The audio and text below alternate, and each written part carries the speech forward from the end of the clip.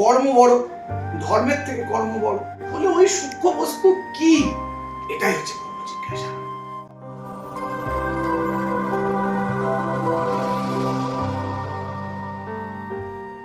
এই back to গডেড চ্যানেলের মাধ্যমে ধারাবাহিকভাবে এই শ্রীমদ্ ভাগবত গীতার নানান আলোচনার বিষয় আমরা ধীরে ধীরে জানি।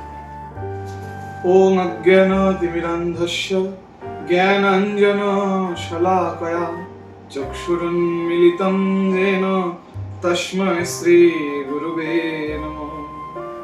নমো বিষ্ণুপাদায় কৃষ্ণপৃষ্ঠায় ভূতলে শ্রীমতে ভক্তিবেদান্ত স্বামিনিতি নামিনে।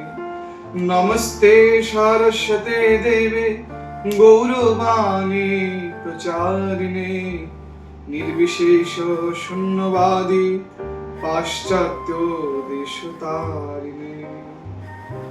হরে কৃষ্ণ, হরে কৃষ্ণ। সুধী সজ্জন ভক্তবৃন্দ, আপনাদের সকলের চরণ কমলে আমার ভক্তিপূর্ণ প্রণতি। আমরা প্রত্যেকেই এই যে মনুষ্য জন্ম লাভ করে আমাদের এই যে জাগতিক সকল কর্মকাণ্ডের মাধ্যমে আমাদের এই মনুষ্য জীবনের অমূল্য সময়কে ধীরে ধীরে শেষ করে ফেলছি এবং আমাদের এই মনুষ্য দেহটাকে এক সময় আমরা হারিয়ে ফেলছি। কিন্তু আমাদের যে হিন্দু শাস্ত্র, হিন্দু সনাতন শাস্ত্র, এক গভীর তত্ত্বের মাধ্যমে আমাদের এই অনুন্নত চেতনা থেকে উন্নত চেতনায় উদ্ধিত করে। আমরা শুধুমাত্র যদি এই মনুষ্য শরীর লাভ করে শাস্ত্র উদ্ধৃত কর্ম না করি, তাহলে শাস্ত্র অনুযায়ী আমরা শুধুমাত্র পশু পক্ষীদের কর্ম করছি। এখন আপনারা বলতে পারেন, কে তুমি আমাদেরকে পশু পক্ষী বলছো? না, আমি আপনাকে কিংবা কোনো একজন ব্যক্তিগত কাউকে আমি এটা বলছি। শাস্ত্রে সকল মানুষের জন্য সিদ্ধান্ত দেওয়া হয়েছে, সকল জীবের জন্য সিদ্ধান্ত দেওয়া হয়েছে। সেখানে আমাদের যে বৈদিক ইতিহাস মহাভারত, সেখানে একটি শ্লোকে বলা হচ্ছে, আহার নিদ্রা ভয়মৈথুনঞ্চ সামান্যম এতদ পশুভিঃ নরানাম ধর্মো হি তেষাং অধিকো বিশেষ ধর্মো হি হেনা পশুভিঃ নরানাম। এই শ্লোকার্থ হচ্ছে এই যে এই জগতে আমরা সকলে এক একজন এক এক রকম কর্মে ব্যস্ত, সকলে কাজ করছে। এবং আপনারা শুনে থাকবেন অনেকের মুখে মুখে সকলে বলে কর্ম বড়, ধর্মের থেকে কর্ম বড়, তাই আমি কর্ম করছি এবং এই কর্ম করার মাধ্যমেই আমি স্বর্গে চলে যাব। কিন্তু বাস্তবে তত্ত্বটা কিছুটা ভিন্ন। কর্ম তখনই বড় হয় যখন আমাদের সেই কর্ম ধর্মের সঙ্গে যুক্ত হয়। প্রকৃতপক্ষে আমরা এই জগতে যে কর্মগুলো করছি, আদৌ কি সেই কর্মের সঙ্গে ধর্মের কোনো কানেকশন আছে? প্রথমত আমাদেরকে সেটা বুঝতে হবে। মহাভারতের এই শ্লোকে সেটাই বলা হলো, আহার নিদ্রা ভয় মৈথুন। এই যে চারটি কাজ, খাওয়া দাওয়া, ঘুমানো, আমাদের নিজেদের প্রতিরক্ষা করা, সন্তান সন্ততি জন্ম উৎপাদন করা, এই যে চারটি কাজ, এর বাইরে আমরা কি অন্য কিছু করছি? নাকি আমরা যা কিছু করছি শুধুমাত্র এই চারটি কার্য সম্পাদন করার জন্য? আরো ভালো কিভাবে আমি আমার এই আহারটাকে আরো ভালো স্তরে কি করে নিয়ে যেতে পারবো এর জন্য? আজ আমি স্টিলের থালায় খাচ্ছি, কিভাবে কালকে আমি কাঁসার থালায় খেতে পারবো? এর জন্য দৌড়াচ্ছি না তো, এর জন্য কর্ম করছি না তো। প্রকৃতপক্ষে এই বাস্তব জগতে সকলে এই জন্যই দৌড়িয়ে বেড়াচ্ছে, সকলে এই জন্যই ছুটছে। আমাদের ইসকনের আচার্য, প্রতিষ্ঠাতা আচার্য শ্রীল প্রভুপাদ, তিনি তার জন্য আমাদেরকে বলছেন নরাধম। তারা নর অর্থাৎ মানুষের শরীর পেয়েছে, কিন্তু তারা মানুষ নয়, তারা নীচ অধম। কেন? কেননা মনুষ্য জীবনের যেটা কর্তব্য, মনুষ্য জীবনের যেটা কর্ম, তারা সেটা করে না। শাস্ত্রে বলা হচ্ছে আহার নিদ্রা ভয়মৈত্য নঞ্চ সামান্য মেতদ পশুবি নরানাম। সামান্য এতৎ কথার অর্থ সমান।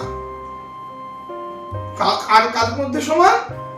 পশুবি নরানাম, পশু এবং মানুষের মধ্যে এই কার্যচারটি সমান। একটা পশু, একটা বিড়াল, একটা কুকুর, তারা কিন্তু সারাদিন ছুটে বেড়াচ্ছে, দৌড়ে বেড়াচ্ছে শুধুমাত্র এই 4টি কার্য সম্পাদনের জন্য। এর বাইরে তাদের কোনো কাজ নেই। আচ্ছা, আপনি নিজেকে প্রশ্ন করুন তো, আপনার কি এর বাইরে অন্য কোনো কাজ আছে? প্রকৃতপক্ষে আমরাও শুধু এই 4টি কাজের জন্যই ছুটে বেড়াচ্ছি। তাই আমাদের আচার্যগণ আমাদের সঙ্গে পশুদের তুলনা করেছে।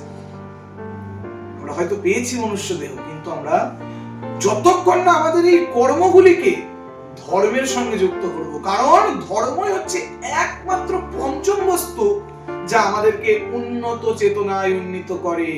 ধর্মহি তেষাম অধিক বিশেষ ধর্মহি হেনা পশুভি নরানাম।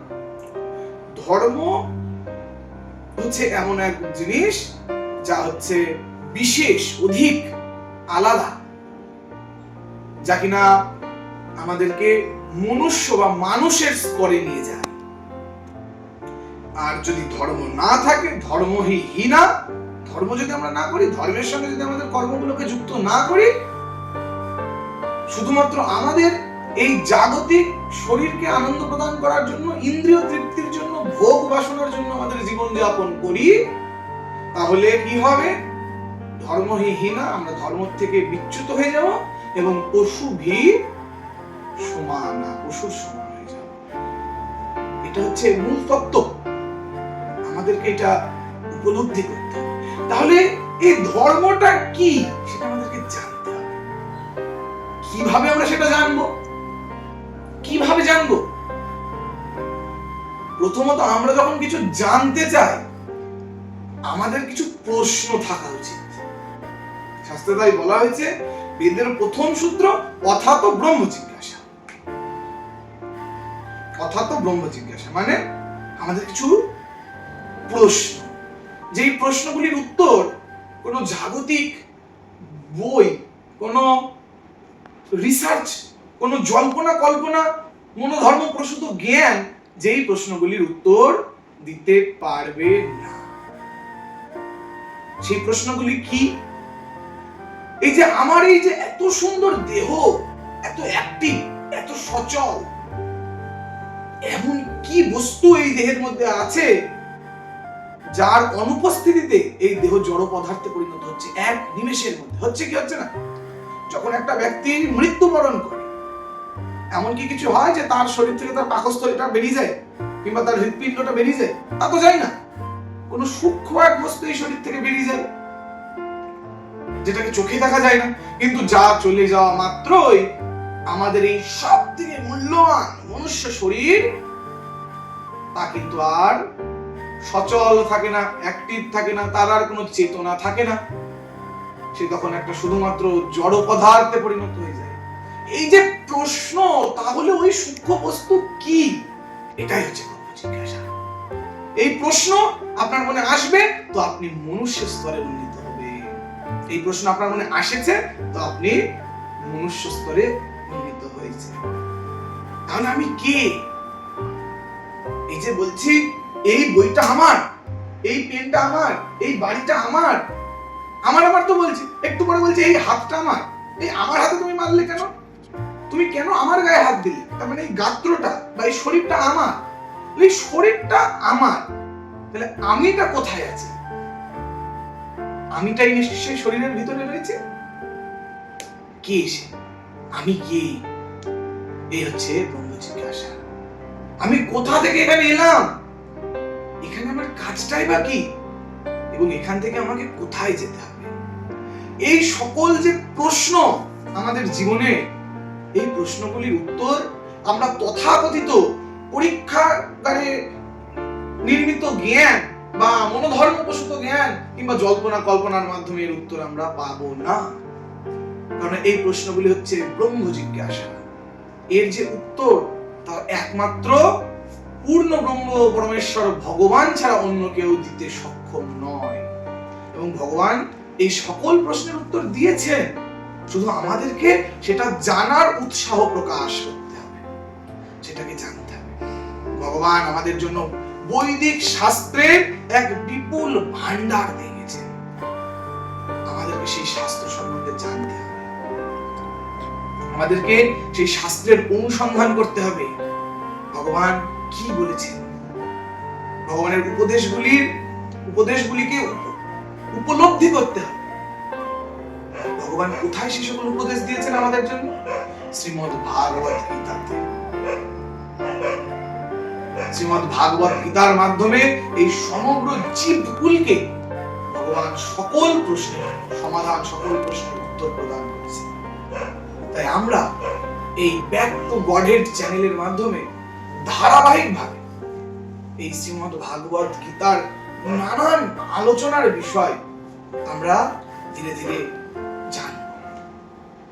শুধু শ্রীমদ্ ভাগবত গীতাই নয়, অন্যান্য সকল বৈদিক শাস্ত্রের নানান টপিক আমরা ছোট ছোট 10-15 মিনিটের ভিডিওর মাধ্যমে জানব। আজকে আমরা প্রথম আলোচনা করলাম।